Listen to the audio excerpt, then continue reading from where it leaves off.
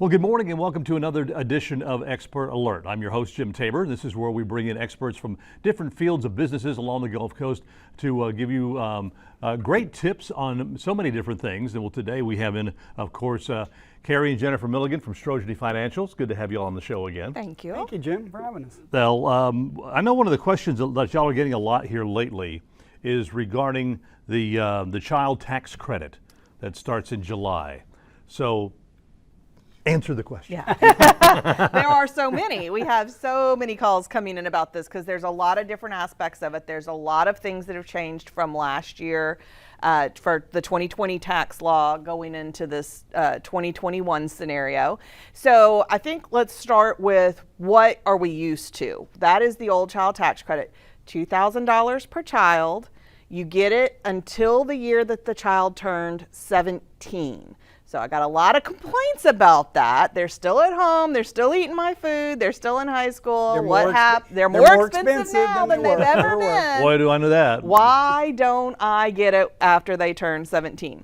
There was a income threshold on that, but it was pretty high under the old law. It had been raised under Trump to $400,000 married filing joint, $200,000 single. Right. So again, and just to go make one point, some people always ask, well, does that mean for the whole year? So if they turn, unfortunately, 17 on January 1st, or excuse me, on 12/31. Yeah. Right. Yeah. So that would mean they would exclude it for the whole year. Right. Yeah.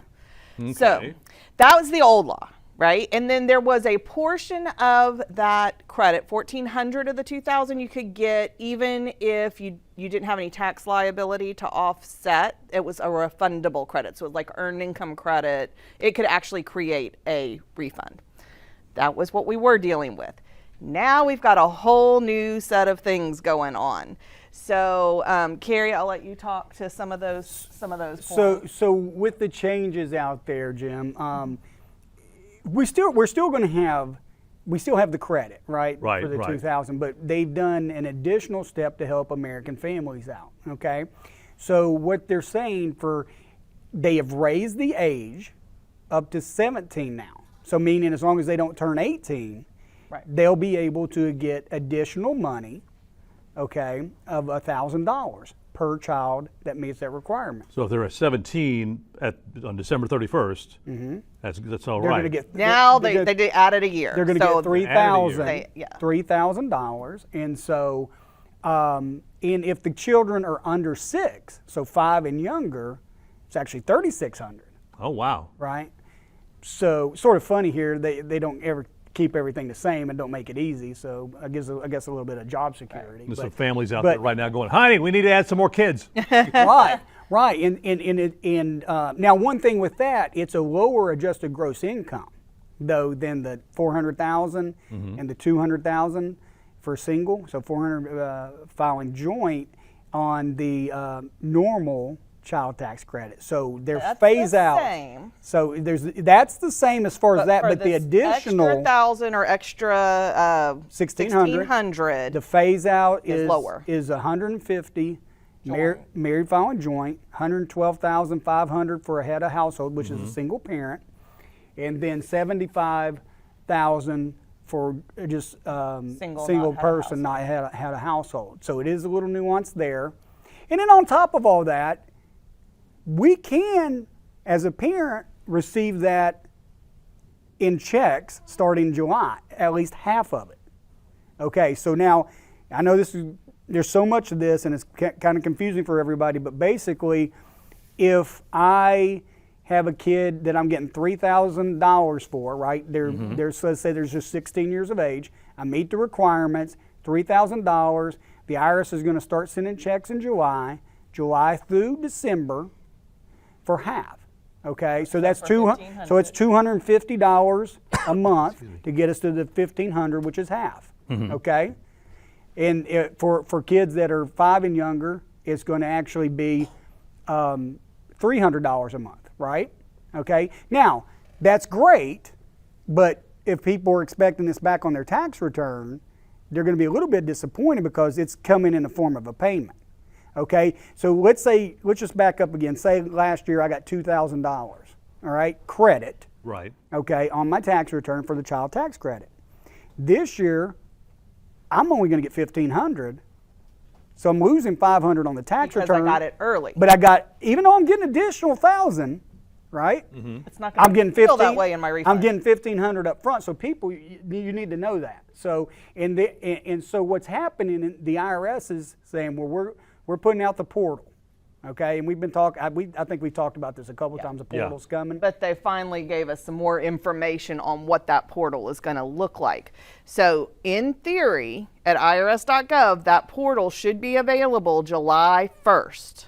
Okay. Okay, that's where you can go in and say, hey, I don't want to get the money early. I'm electing out. So I get it all. So I'm going to get it on my tax return when I file in 2022. Yes. Okay, so that is an option. If you do not want to receive the money July to December, you like getting the big refund, you can go into the portal and say, I opt out. Now, other questions we've been getting have been, what if I had a baby this year? What if I adopted? What if my income changed dramatically? What they're going to do, this is like the stimulus, where they're going to go back and they're going to look at the last return you filed, be it 19 or 20. So 20s have been filed now, in theory, unless you extended, right? So they would be looking at 20. If you have not filed 20, they are going to look at 19. However, and I am shocked that they are doing this, in the portal, they say now there will be a way to update your income, to update your dependent listing, so that you get the right amount of money. Right. So the same portal where you opt out, there's supposed to be, how IRS is getting all this put together fast enough, I have no idea. There's supposed to be a way to go in and alter your income, alter your number of dependents, so that you get the right amount of money. Because this is actually different from the stimulus, in that with the stimulus, if you got overpaid, they were just like, oh, okay. In this instance, if you just go say, I've got 4 kids to get the money in July, you will have to pay that back on your tax return. If you don't have 4 kids. If you don't actually have 4 kids on the tax return. Or if your income rose dramatically and you'd phase out. So you got the money early and you wouldn't have gotten it if IRS had known how much money you had made in 2021, you will have to pay that back.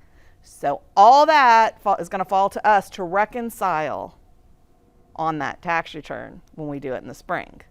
So if you get overpaid, you will have to pay it back this time. So you don't really want to be playing around with this system, trying to game the system. And it's different for every family, right?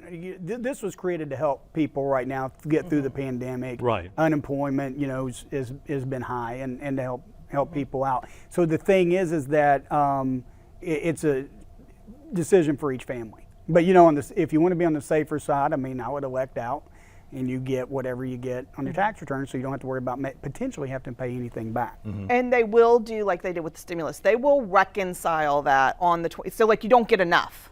Let's say you didn't go to the portal, you didn't say, oh, I had a baby in June, or my income was cut dramatically, I was out of work. Then we will fix all that on the tax return. You will get it as part of your refund, just like we did with the stimulus. So complicated. There's a good bit to it. That's why we wanted to really slow down and pull it into pieces and hit the different points. Kind of makes me glad my child is grown and gone, and she's got her own kid to worry about now. Yeah. So yeah. Well, I think it's definitely going to be case by family decision. One, number two is I think you want to seek professional help. Oh, yeah. When you go to file your tax return, especially, in 20. Makes it a lot easier. Yeah, those worksheets to try to figure this out, what I should have gotten, what I did I get the right amount? I have those are going to be fun this year. This morning that all of a sudden she got in her checking account automatic deposit from the IRS. Don't know what it is.